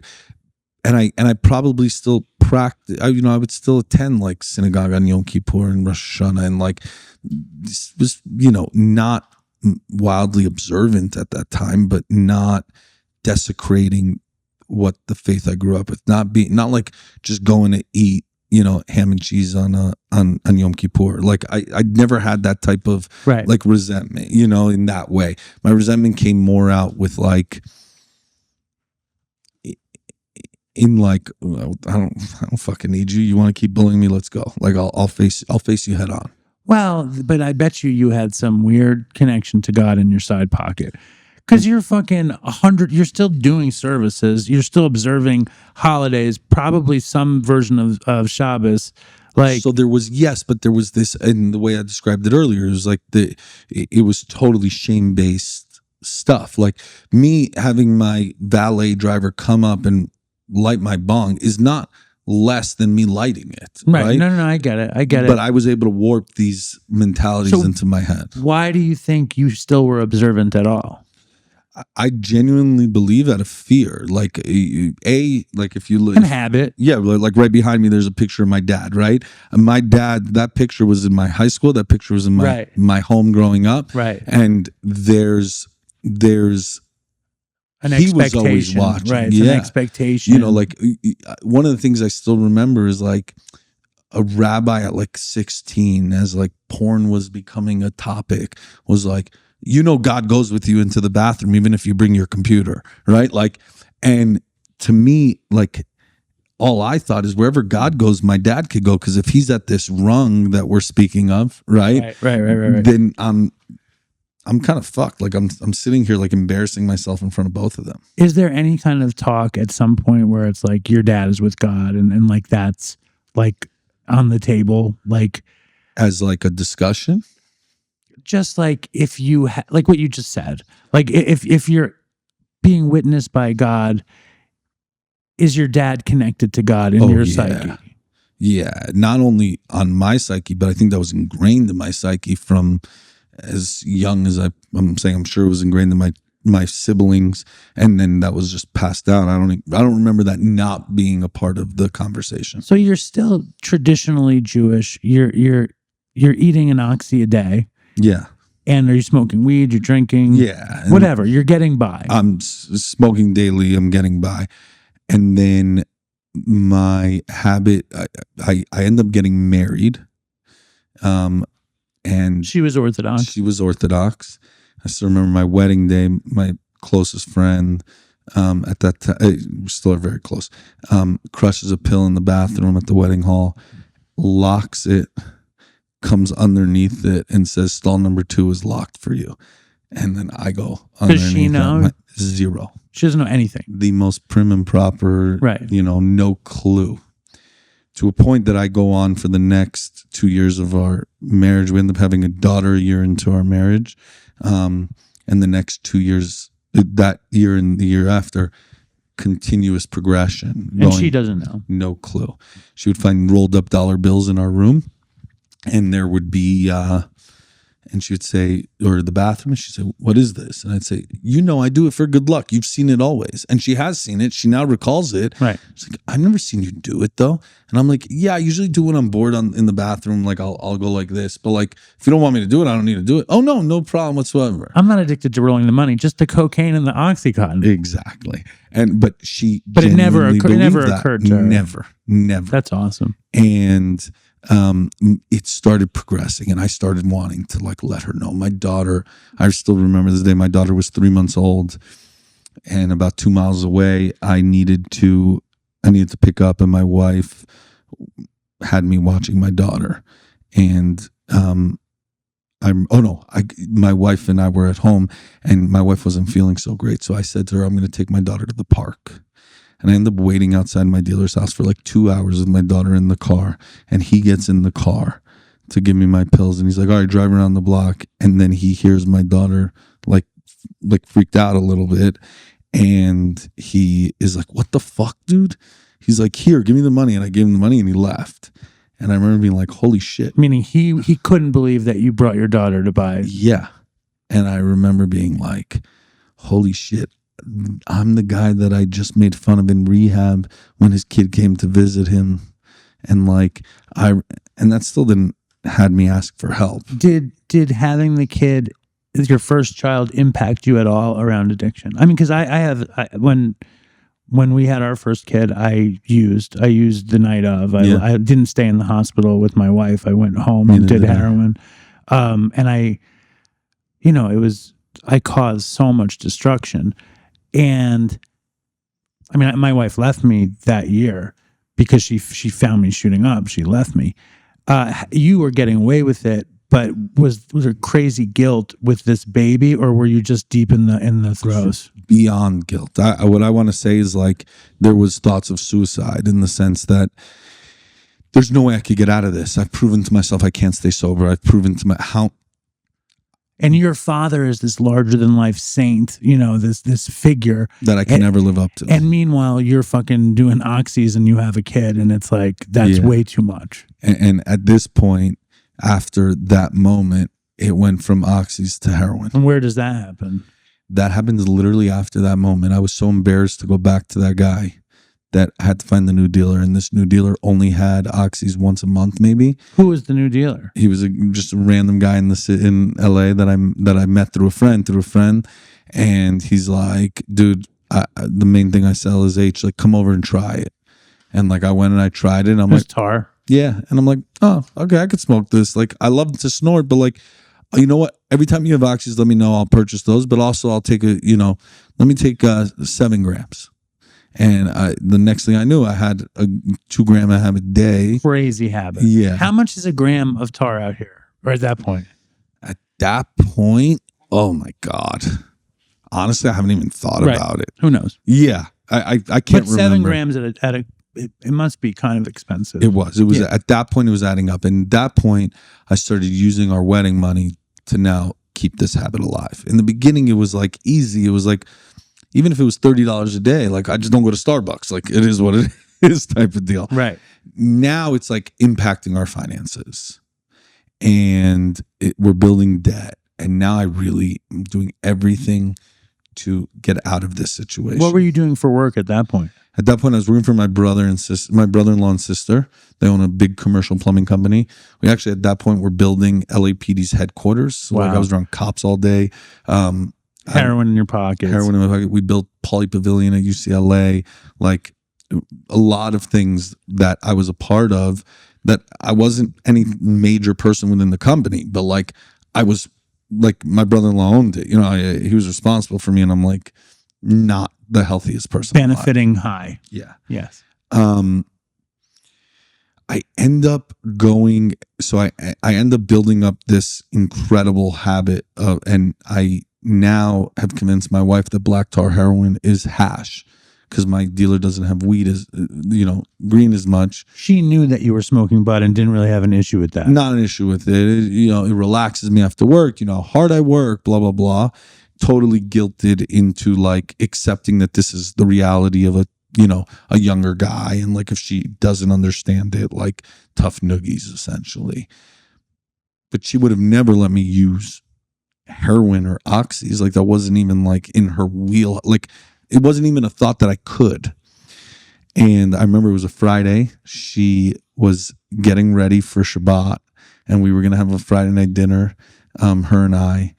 And I always locked the bathroom door and said it's because I'm shy.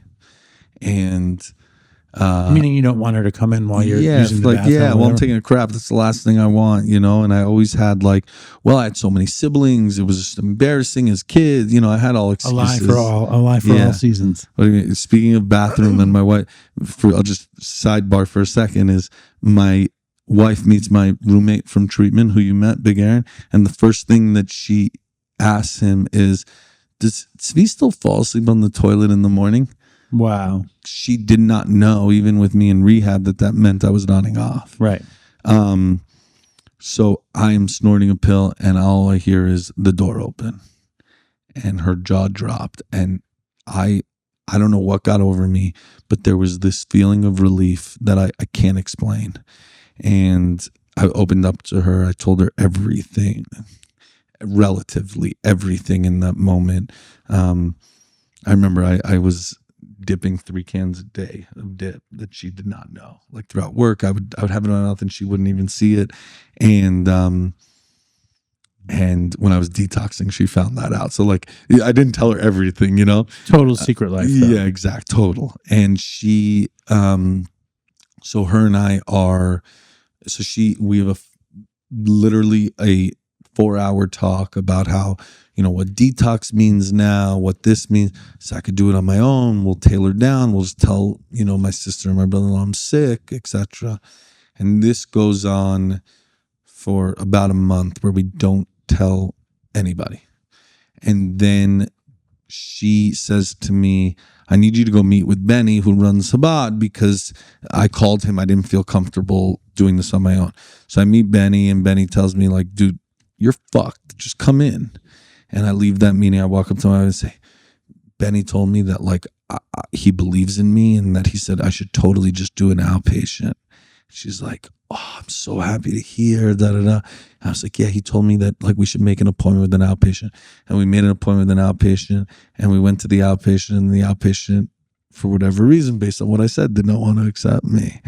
And I ended up using for like 2.5 months longer, putting this woman through absolute hell.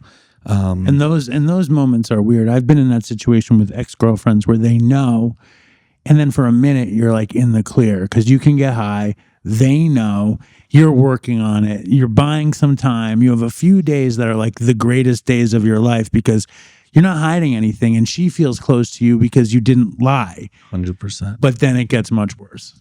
And so this kid that I was telling you earlier who crushed the pill at my wedding is now getting married.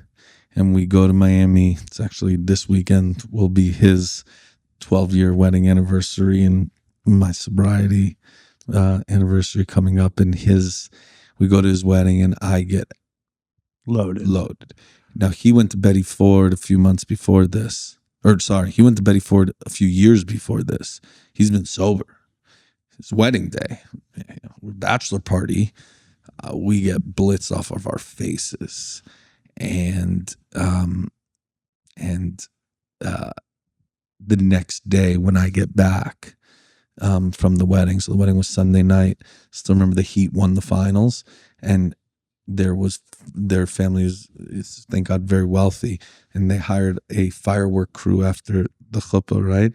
And this huge firework on Miami Beach, blah, blah, and it was as the Heat won the finals. Wow. So they were like, some, whatever guy decided to celebrate the Heat finals win with fireworks. Right. It was like totally for the wedding. Right, totally. And this guy's wife like hated me because he relapsed because of me. But all I was thinking is like, you gave me at my wedding. All I did was return the favor. Now I'm like extremely close with both of them. She's like, yeah, he's sober. He's sober. I'm sober. We have a great relationship. But I fly back and I'm told when we land to go to my sister's house with my wife.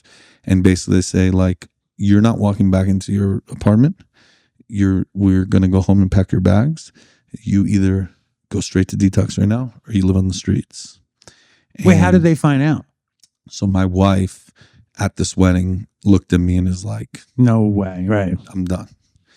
And my sister looked at me and said, we've told your wife that she should leave you and that you'll never get sober, and we're supporting her, and you're not allowed near your daughter unless if you get sober.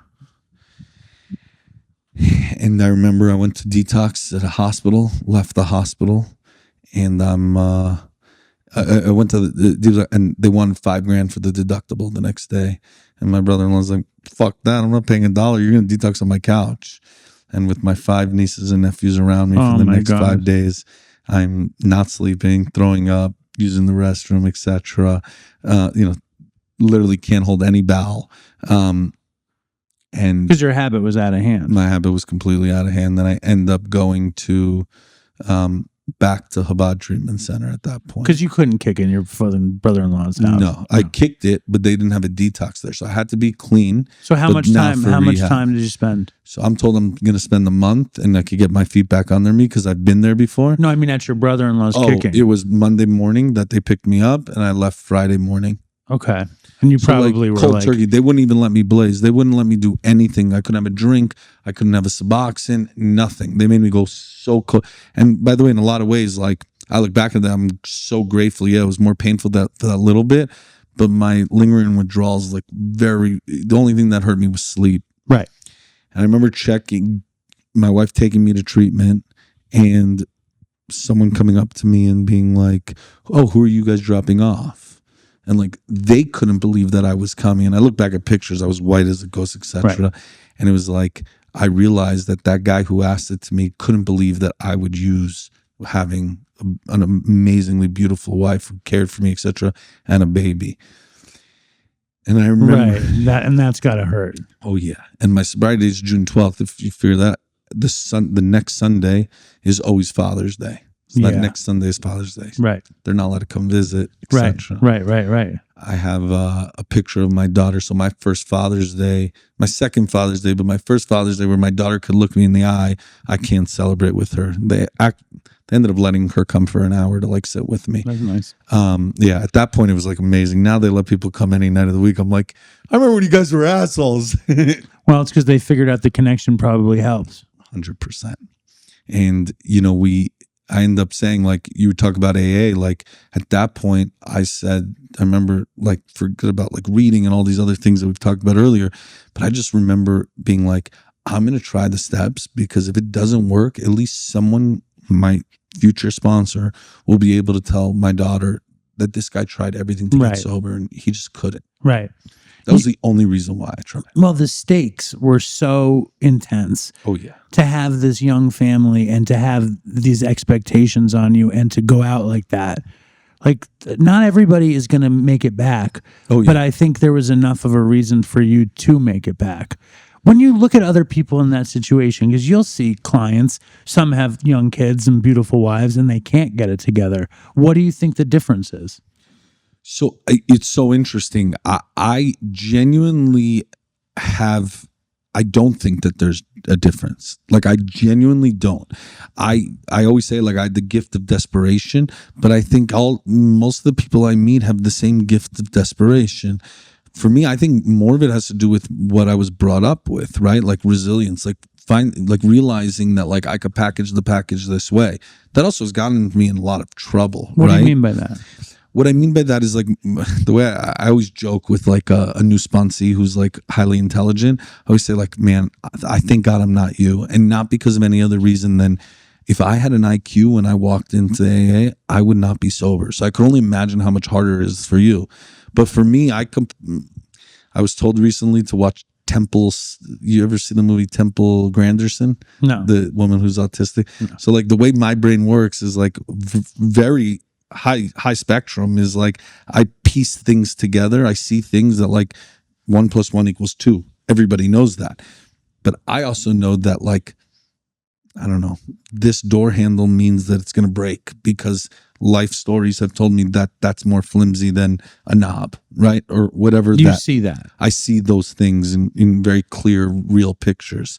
And it'll play out for me also. So like that's my story, that's my gift, let's call it. But also I didn't really, like the idea of like turning my will and my life over to the care of God as I understood him by creating this new God for me was one that was like, what do I have to lose? So like I pray to this thing and it doesn't answer me. Like I look like a fool. Dude, I took my daughter to go pick up dope. Like I was able to compare these things and really like shame my own self, like use the shame that I was given as shaming myself into production. No, I get it. And I think like whenever I look at these kinds of stories and try to understand why you did one thing, I did something else, and then I managed to do what you did. It's like, it's all willingness. You know what I mean? It's all like willingness in every moment. And if you're willing in every moment, this thing develops. Oh, and it can be anybody. You just need to be willing in every fucking moment. Because the moment you lay it down, you can lose the whole thing. Yeah. And then you can be willing again and start over and putting it back together. But it's like that's the craziest part about the work you do, about the work treatments do. It's like nobody can bottle this thing. Oh yeah. You know, and it's like, and it's like you want to sprinkle fairy dust on everybody, but it just doesn't work that way. You can sprinkle it, but that doesn't mean the dude is going to fucking fly. So my only rebuttal to that is, and I say this, is that it really should be free, and it is free in what we do, but is the community aspect. And you could go to AA and also get it for free, or Smart Recovery and get it for free. But like what we preach, and I will say this, like I preach at my core, is it starts and ends with community, because you will find someone to help you to bring you over that benchmark. You'll never be able to do it alone. I don't know anyone that has gotten sober and been like, I did it alone. Right. Yeah, I'm good, dude. I'm sure we'll find somebody one day. I'm sure of it. I'm sure of it. Of course. Well, but again, that's the willingness to accept help, the willingness to ask for help, the willingness to be part of a community. It's all like 100%. What are you willing to do? So you start going to meetings and you just fucking do it. Start going to meetings and just fucking do it in like a real genuine, like I had 148 resentments, as I said. Like I did not care to leave one thing out. I did not, all I cared about was this guy being able to tell my daughter that. How, and you said before, like you walked into some place and you were like, my God is not your God. How did you wind up like dealing with like mass higher power? So I think I talked to you a little bit about this when I first met you, was like my higher power genuinely was comedy. When I first, like the higher power I wrote out wasn't comedy, but the gift that my higher power, that I described my higher power performing, I felt the most comfortable. I felt the least alone. I felt I was able to face life, and life's turned around comedy. So I became addicted at that point to like Bill Burr specials and like Rodney Dangerfield specials. And I would literally, that's how I prayed, was I would listen to them, laugh at myself, think of God, and just, that's how I started connecting. Saying the Lord's Prayer, the St. Francis prayer, at that point, it didn't feel like, I would just say it to fit in the rooms. I didn't feel like I was actually saying those words and that word meant anything to me. It was just kind of like, just like we read chapter 5, we read this, and it's like, it is what it is. Like for my first year, I really didn't have a connection to religion or a true higher power. I had a connection to the God of my understanding. So how did that change? So I played ball, and I'm on my way to go play ball at that park. And I'm on Fairfax and whatever. By the sneaker stores, and I have a backwards hat, basketball jersey on, basketball shoes, and I'm with my wife. And right before I go out with my wife, I said to my wife and I got into a fight, and I like hang up the phone on her. She comes and picks me up, and while she's like waiting for me, I just looked up and I said, God, I know you're God. My wife's trying to take me off this cloud, but I need to be able to talk to you daily. And I can't do this type of conversation. Could you let me know how I could talk to you daily? Get in the car that way. We end up at Fairfax, and some rabbi, long beard, Chabad rabbi. Hey, you put on tefillin today? You strapped today? I'm like, nah, man, what are you talking about? I'm just going to eat. Went and grabbed my food. And I realized, like, I just asked God how I could talk to him daily. And Jews believe that we're connecting our hearts and our minds to God through these phylacteries, through tefillin. And I'm like, I just asked you not an hour ago for this exact thing. And I was told to keep my ears open and my eyes open for an answer. And I got an answer. I just didn't like that answer. It's bullshit. And I put it on every day since then. Still, till today. Actually, who puts it on you? I put it on. It's funny because when I got out of treatment, or when I got into AA, because I waited tables at Katz's when I got sober, and the Chabad guys from Williamsburg were coming to Katz's every Friday, and they, are you Jewish? Are you Jewish? You know, and like 98% of the people who work at Katz's are not Jewish. Of course. And the Jews at Katz's would never put on tefillin. And I wouldn't put on tefillin until I got sober. And then I just, because all I'm told is, I didn't think of it as speaking to God, but I did know it was service. It was a mitzvah that he was doing for me, but that I could give to him. And I was like, this is me being of service to this guy. So every Friday in the middle of the fucking lunch rush, I'd be like, let's go. And he'd fucking put on tefillin, and all the guys would make fun of me. And like the customers would be like looking at me and being like, I need my fucking matzo ball soup. That's anyway, so funny. But so I did that every Friday. But I didn't even think of it as connection to higher power. I just thought of it as service for these men. So those guys normally come out of Crown Heights. They come out of Chabad's community, etc. We every Friday at Ascendant feed them lunch. Like we order them lunch and like, hey, go do your work, whatever. It's because of the payment I have to them. Like it truly is. The idea of it is you're connecting your heart and your mind to God. It's what everything AA teaches about in our prayer, right? Daily meditation.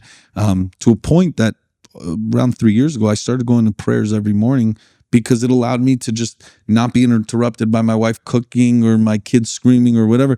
I go there in the morning, I pray, and it's the first half hour of my day. Another interesting thing to me is like so many Jewish people that I know in New York City, like they hate the Lord's Prayer. And I didn't know why. Like it caught me too. I was like, what is this? And then I went out to Long Island and they started doing the Lord's Prayer. And I was just like, I'm doing it because I want to be part of it. And I like the prayer. Like the prayer itself is it's a nice prayer. So what didn't you like about it? Just out of curiosity. I don't know. That's what I was going to ask you. Like, what do you think? Like because there isn't any Jesus in there. What do you think makes people so resistant to the Lord's Prayer? So it's interesting. I actually think it has more to do with the previous generation. I think the previous generation tried so hard to take God out of higher power. Yeah, but also to not assimilate and to keep Judaism as a culture, even if it wasn't a religion to people. Right. That there's a lot of what I would say is like guilt responses of like, we don't go into churches. Yeah, like, we're not that's not us. That's not us. And also I think because a lot of the prayers are in Hebrew, when you have a prayer in English that hits home, like I tell my sponsees that are Jewish, like you could rewrite any of these prayers, just use the framework of it, right? Like use like where there's be hatred, there'll be love. All right, so where I'm resentful, I'll come loving. Whatever language you want to change it to.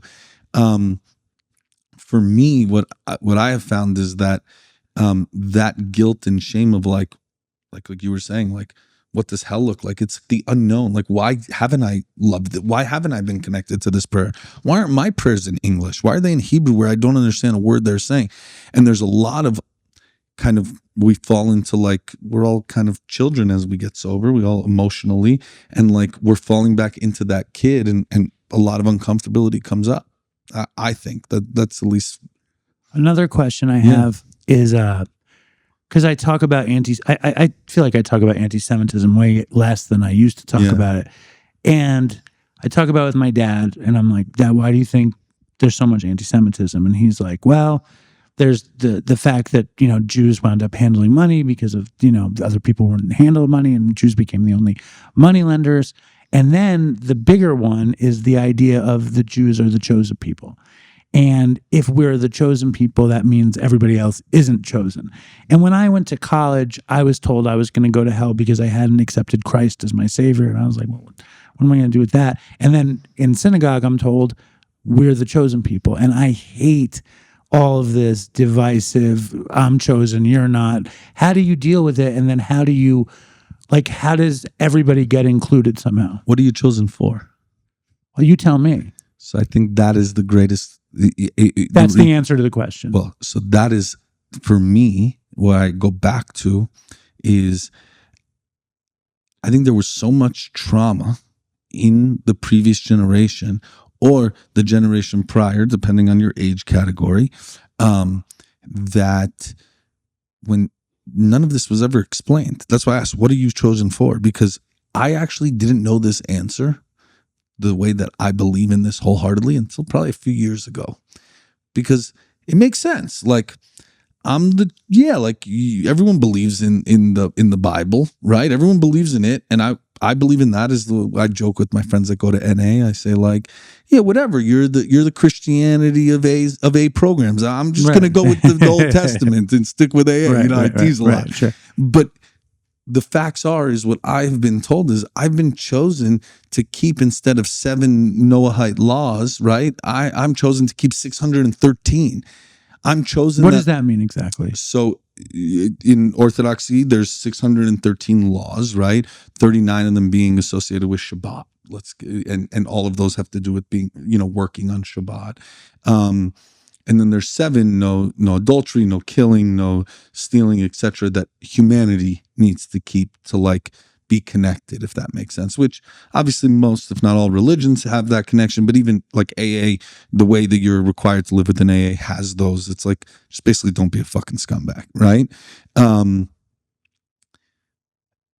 What I have learned is you've been chosen to do more. Like, you have been chosen to have to take on more of a responsibility.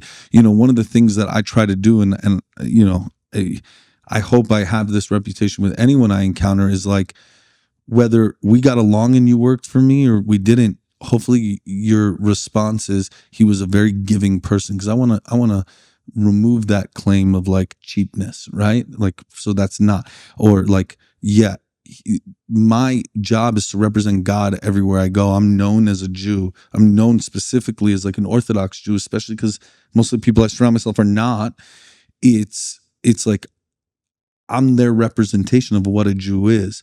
That's a huge undertaking. That's what I'm chosen for. Right. I'm not chosen for what? For the largest stake when we're in the sky, to be close to God as you're mowing my lawn. Like, that's how I think it's interpreted, not only by anti-Semites, but I think it's also interpreted by people who just grew up culturally Jewish. They were chosen, and naturally, most of us make it about ego rather than responsibility.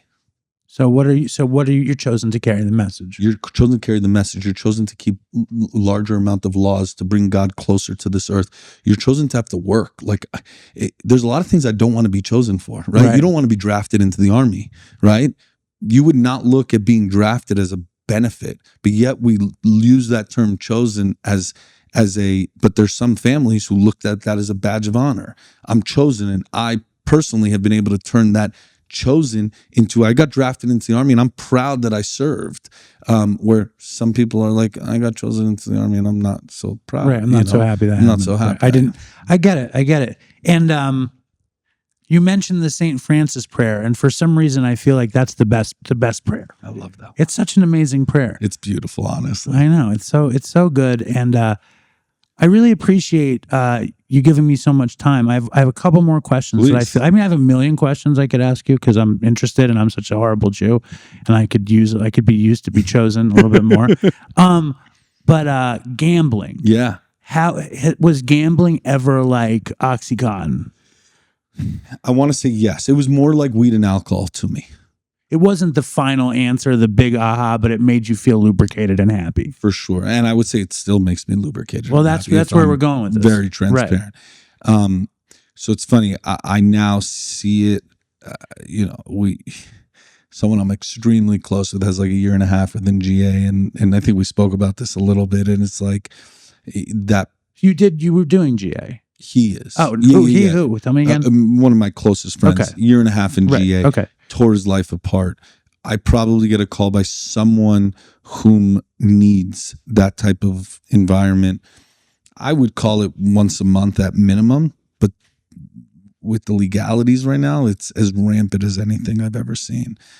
With this whole legal betting. Illegal betting, yeah, without even mentioning any of the websites, right? Sure. There are so many opportunities. Like, someone told me today that on Robinhood, to just mention it, you could buy futures of how games are going to end up and how players' seasons are going to, like, it is bad. So you could be like in, wherever, and it's all incomprehensible to me because it's not that different than the stock market. And, Yes. and this is what our economy is based on. So why is there not more corruption and cheating there? There has to be. 100%. And then in sports, it's so easy. Like, it's so easy. Yeah, it's a Look small at that Knicks community Pacers series for crazy. It's just so easy. I believe the NBA might have wanted the Knicks more than the Pacers. Well, let's not go down that. Let's not go down that path. But when gambling is a problem for you, and when it isn't, how do you deal with that? And then and do you see gambling as an illness like drugs and alcohol? So I 100% see it as an illness. But just like I believe that someone in GA could drink, I believe someone in A could gamble. And what I mean by that is this. My sponsor asked me when I first started, he says, are you trying to get, I asked him, what about gambling? He's like, what has it done to you? We went over all these questions, and he's like, could you stop if you wanted? Yeah, I could. We went over everything, and he was like, all right, that's up to you. Like, if it ruins your spirituality, like, again, all these questions that led me to think. So I was probably 2 years sober, and I was a pretty good poker player. So I was playing poker, and I was doing really well, but my wife was getting really annoyed. Like, you're leaving every weekend to go play. And when I got into a fight with her, like, how dare you? Like, this is a stream of income, etc. And then probably for the next 90 days, I went on a losing streak. And I took 6 months off from this losing streak. And what I realized over that 6-month period is like regulation in my life associated with this is super important. But what's even more important is the budgeting of making sure what I feel comfortable with. And if I ever break that, I'm going to take breaks. And that's manageability versus unmanageability. Exactly. And thank God, I honestly have taken one break since then, but it was more so because I didn't enjoy it. And then now it's like I don't need it in any way. In a lot of ways, I don't. Well, the interesting thing is, like, a drug addict can't use recreationally, or it's hard. I mean, I can't. You probably can't. But somehow you can use that recreationally. Yeah. I would say I could see how it could become. It's complex. Food, sex, but gambling. I was about to say, I probably use food more alcoholically than gambling. It's what I'm using it. My self-awareness around gambling is has so much depth because of my fear around it, because I love poker so much that, like, I don't let it get out of control, but it very easily. And then also I ask myself why I go gamble if I'm going, and if it's not for the right reasons, I don't go. What are the right reasons? So, like, if I give myself the excuse, like, oh, I need an outlet, like, that's not what I say. Is like, hey, there's nothing going on today.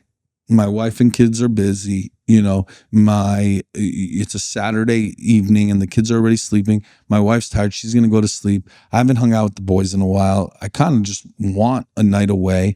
Like, no one else is really doing anything. Like, the boys are playing over there. Or, like, my once a year going to Vegas to the World Series. It's like, I should give myself something, like, for my sobriety, like, do something. And, like, like, realistically, we have 4 younger kids. Like, my wife and I going on a vacation during that time of year is not necessarily something that could happen. And it's like, go spend 38 hours, in Vegas, one night away, and get a full tournament in a 2-day tournament. I don't see that. Now, if I went for the 6 weeks of the World Series and I, invested in playing in every tournament and worrying about my game and reading analysis, like, I could see that being an issue. And what's the high like with it? So it's really interesting. And if I'm just really transparent, like, I stopped getting high off of it because the money that I'm willing to risk is not money that could get me high that I could make. If that makes sense. So the high is more from the money than the win. And I would say when I was more coming up in life, it was for sure about, like, it was the bravado of the money, right? And the bravado of the win. The bravado of the win. And then now I would say it's like, it's the bravado of, like, just like, I love to talk shit. Like, it's my favorite thing to do. Like, by far, anyone who's friends with me, like, we're going to have thick skin together. I'm never going to take a shot that's too low. but however low you go, I'm going to go an eighth of an inch lower. A little bit lower. Yeah. So however strong your soul is, Right. my soul's that much stronger, right? So like in gambling, playing poker definitely allows that type of, bravado, fucking, and willingness to. It's just competition, But here's another question, and then we'll be done. Yeah, it's like the idea of self-esteem and self-worth, and when we fill ourselves with that, like we need that feeling, right? How do you like kind of balance that out? Like, because you're talking about like you're willing to go an eighth of an inch lower because your soul is an eighth of an inch stronger. Like, where does that come from? Where does the bravado come from? What is the need at the end of the day? So it's interesting. I a good friend of mine, you'd love him. His name's Chris Howard. We were talking about how men need this. Men need someone to talk shit to them. We need an older brother type of character in our lives. I would never take a shot at you. We don't know each other well enough yet. I might tease on a very microscopic level. I'm talking about like, well, you feel each other out that way. You feel each other out that way too. Yeah, of course. And my lifelong friends, like we have a chat that we talk about everything underneath the sun. And someone asked last night, like, what do you think of this whole Trump Musk thing? He's like, I don't get between. I don't know if you heard this line. Senator said, I don't get between a fire hydrant and a dog when it has to piss. Right. And it's like, these are like the types of conversation, like the bravado that we have with each other. And what I would say is like my job as like a member of society is like to make sure I'm spiritually fit to be able to face like these type of conversations and not go too low, because I have that tendency completely. And what I would say is like there's a concept in Judaism called Amunah, which means faith, but then bitachon, which means trust. And it's two totally different things. Faith means I believe. Trust means I trust. So that means no matter good, bad, and different, it's meant to be. And I think it's something to where, for me, what carries me through my day, no matter what's going on, no matter if my bravado can get up or down, like I need to know that I'm in a trusting place of my relationship with my higher power, which I choose to call God. But like that concept really brought me closer to Hashem, to the God of my understanding, because I was able to really see on a factual level that situational stuff that I thought I was being picked on and just tormented by were actually the things that gave me the biggest blessings I have in my life today. Give me an example of that.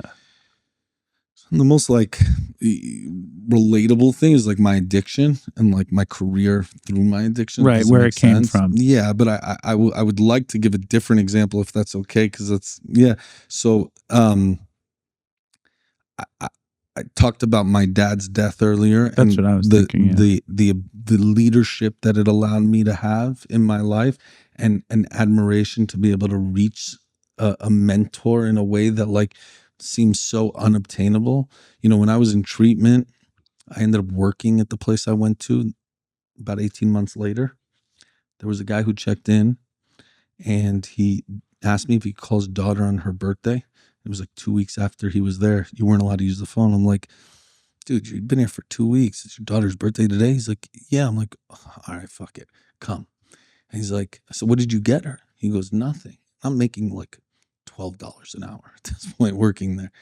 I was like, what do you mean you got her nothing? I said, let's go online. Let's order something. So we go online, we order something, deliver it to his house. 3 days later, I get a call to the treatment center, and it's his ex-wife. And she goes, are you Ft.tzvi heber? I said, yeah. She goes, is your dad Yossi? And I was like, yeah, why? She's like, we got the package that my husband sent me, and my dad said he was your dad's best friend when they were 18. Wow. And I was like, what the fuck? And I'm like, literally 48 hours before was telling someone how I've been looking for friends of his at a younger age because I want to hear like a who he negative was, story. right? Who he actually was. Yeah. And I was speaking to this guy, and that's who he was, even at that age. Like, he's like, yeah, I could tell you how he was 17 years old, because I'm sure there is that. But like, dude, your dad was an awesome guy. And like, you have something to admire within that. I'm sure you have that within you. And I hope you take care of my ex-son-in-law. He's a great guy, and do your thing. And it made me like realize that like, we're all human. Like, you know, the craziest thing I had in my dad was that he smoked cigarettes. And I think that for me, like, if I look at those, whether it be living on my own when I was 14, so have the drive to like make it work, understand what a hard day's work looks like. I remember working at an ice cream store after school till 11:30 at night every night, having to be at school at 7 a.m. and being like, what the fuck am I doing here? Like, my friends who are driving Ferraris are coming up and pulling up, and I'm serving them ice cream. Like, how's this? Like, why, God? And it's like, oh no, I know the answer why now today. Like, I actually know the answers on why, because I've seen those things play out, because I've been conscious enough to like relate those 2, 3, 4 life experiences together. And what would you say the answer is? For me, why I go through it? No, why you had to go through that for now? I mean, I think the answer is ultimately because when we can experience humility, we're at our best. So I can't answer this on like a godly level because I'm not God. But what I would say is, for me, why I think that I've gone through it is because my dumbass would not have been able to listen Otherwise, if it was given. Because I was given. I talked about the entitlement to being given stuff, and I ended up with a 3rd grade education. Does that make sense? Yeah. How was this for you? Did you have fun? I had a lot of fun. It was really cool. Sitting with you. It was a good time. And I'm excited for you to be in Cape Cod with us. I'm excited too. I'm excited for you to talk shit to me as we become friends. All right. Me as well. Thank you, Tzvi. Thank you.